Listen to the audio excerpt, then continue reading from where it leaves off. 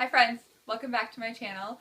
My name is Winter and I'm so excited to bring to you today lies about debt. So a lot of people have a lot of ideas about debt and a weird relationship with debt, and I recently just paid off our house, and there's been a lot of comments, a lot of defensiveness about it, and just some things that people have said to me recently, and things that I've heard over the years about debt that I'm like, I don't think that's true. I don't think that's what God thinks about debt, and I don't think that's what is right about debt. I think sometimes in our culture, debt is so normal. It's just it's just a normal thing for everyone to just have debt, and it just feels like that's the way everyone has to do it. But there are some things that are not true. So I'm going to tell you about some lies, and then maybe shed some light on some of the things that we can shed some truth on some of these things and shed some light on it. So the first lie that I've heard someone say, I only use credit cards in case of an emergency. And I really don't think that's a good emergency fund, to be honest with you. If you don't have an emergency fund, I'd be really concerned. And then if you're using a credit card for your emergency fund, I'd be double concerned. That means you couldn't afford to save for an emergency fund.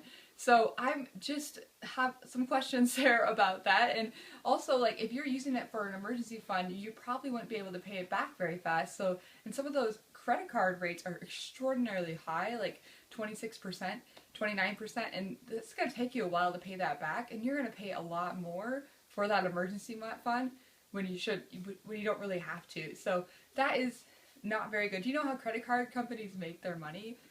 They make their money when you fail.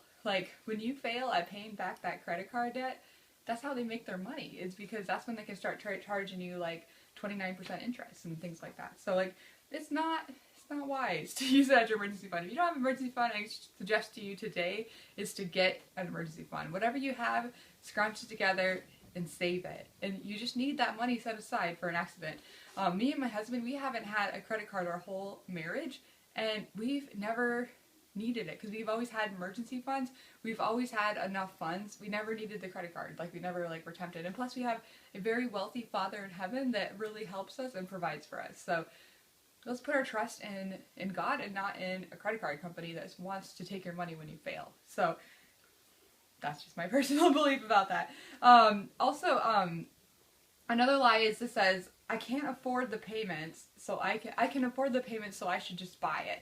So when you're just looking at payments instead of looking at the full price of something, that is kind of backwards thinking. If you get a raise at work, I've seen this sometimes, someone would get a raise of $50 a month at work or something. They would go out and say, oh, I can afford $50 more worth of payments now.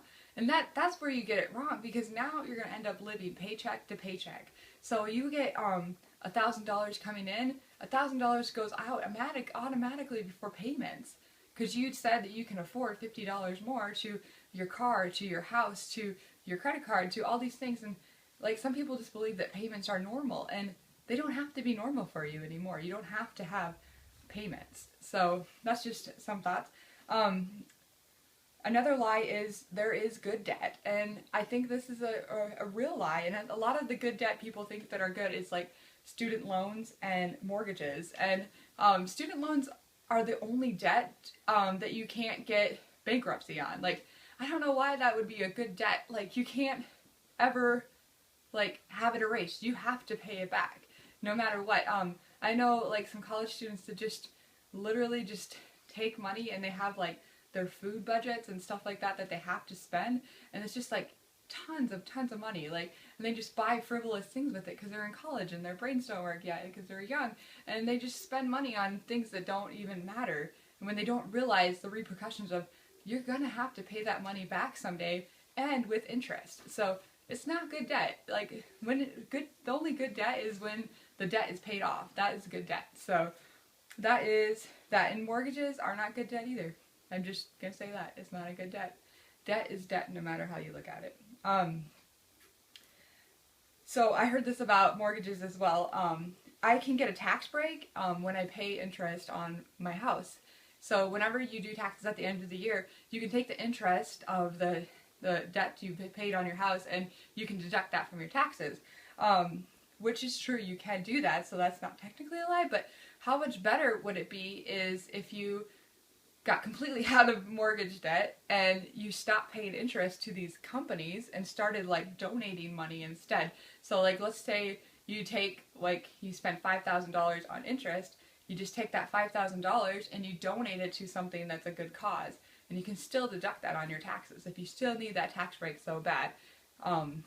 Just some backwards thinking there. You have to just check it. Like you'd be like, okay, why do I want to give money to this company when I could be like donating it or something like that? So just some thoughts. Another lie is everybody has debt, and that's not true. I think in American culture, most people do have debt, and that could be true about American culture, but when I lived overseas in the Ukraine, I had a friend and we were talking and she was like, Americans are so rich. They own cars and they own houses and they have all this stuff. And I was like, honestly, like a lot of people are in debt though. And she would just like had this moment where she was just like, that doesn't even make any sense. And I was like, you're right, it doesn't make any sense. She was just like staring at me like, what do you mean? Like they're all in debt? And I'm like, yeah, like all of Americans, most of them are in debt. And also it's a lie because now we are out of debt and we're fine. Nothing happened to us. We're fine. We don't need the debt anymore. You can be out of debt. It can happen. You don't have to have car debt. I heard someone say that once before. Like, I have to have a car loan always. I have to have a house payment always. You don't have to have those things. To get to where you want to go, into your dreams, into your next level in life, to retirement, you got to get rid of this debt, guys. You got to break it. You got to get sick of it because it's terrible. It's not a fun way to live in this trap of living paycheck to paycheck. It's just not a good way to live. So another lie that I heard people say is I have a fixed interest rate on my house, so why should I pay it off early? I'm always just going to have that same rate. So like with other like debts, that can move and it can fluctuate, it can balloon, stuff like that. So there'd be reason for you to pay off that house faster because of the interest rates. But if you had a fixed interest rate, you don't have to pay it off early because it's always going to be that same amount every single year. But I did like a little study here, and on a $100,000 house at a 4% interest rate over 30 years, you're going to end up spending $171,000 for that house in interest. So you spend $71,000 interest plus the $100,000 that you bought the house for, the purchase price. So that like is a bad investment in my mind. You just spent $71,000 to have $100,000. I mean, that doesn't even make sense logically. So just pay off that house early. You don't have to pay that interest anymore. Like you can just get it done, and then you can move on to other things, and you can travel and do things you want to do with that $71,000. Just some thoughts. And then my last one is, I hear this all the time, I only have a credit card because I use it for rewards. And I heard Dave Ramsey say this once, and I thought it was really cute. There is no millionaires that got wealthy from using reward points from credit card debts. That's just not like how they gain their wealth. That's not how they gain their things. So just like stay away from them. They're not worth it. They're a bad temptation for you. They're just a way of getting you trapped. Those companies make money off of you failing, and I just want you to know that. I want you to realize that and think about that for a second. I was talking to a friend he worked at a check-in cash. You take your check in and then they turn it to cash company, or they can get a cash advance on a check that you're going to get, a paycheck. And he was saying that the people that were the most adamant about getting that paid off the next week were the ones that he knew that weren't going to come in and pay it off. Like, they wanted to, they had good intentions to, but that's not how it ended up happening, because things happen, life happens, and we, in the moment, we can't control ourselves. Like, we have a hard time with this impulse of the moment of wanting things that we can't afford, and we just gotta like get to that point in our life where we're like, I don't want to live like this anymore. This is not fun anymore. This is not how I want to like live the dreams of my heart. That happened to me and my husband.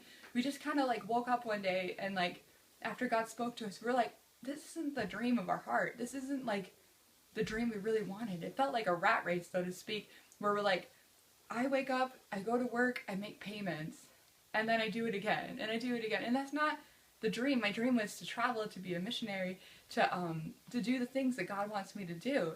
And I believe that's what God wants you to do too. He might have dreams in your heart that you want to do, and you're stuck right now. You can't afford to do those dreams. And I don't want you to get to the end of your life and be like, I can't live my dreams because I wasted it on payments, and I wasted it on credit card debts and interest, and threw my money away. And just get sick of it, guys. Just get sick of the debt and get sick of the rat race and come to a point where whatever motivates you, put that in front of you and make it happen. I know a lot of you out there are making it happen. I just talked to a lady this week who put a chart up on her fridge of all her student loan debt and all of her medical bills, and she put it up there and she's crossing it off, and she feels like she's going to get out of debt in like 3 years, and she's just keeping it in front of her all the time. I'm super proud of her, and she's gonna make it happen because she put it in front of her. She has a dream in her heart to do something with her life, to go beyond what the normal status quo tells her to be and tells her to do. So that was kind of an intense video for the day, but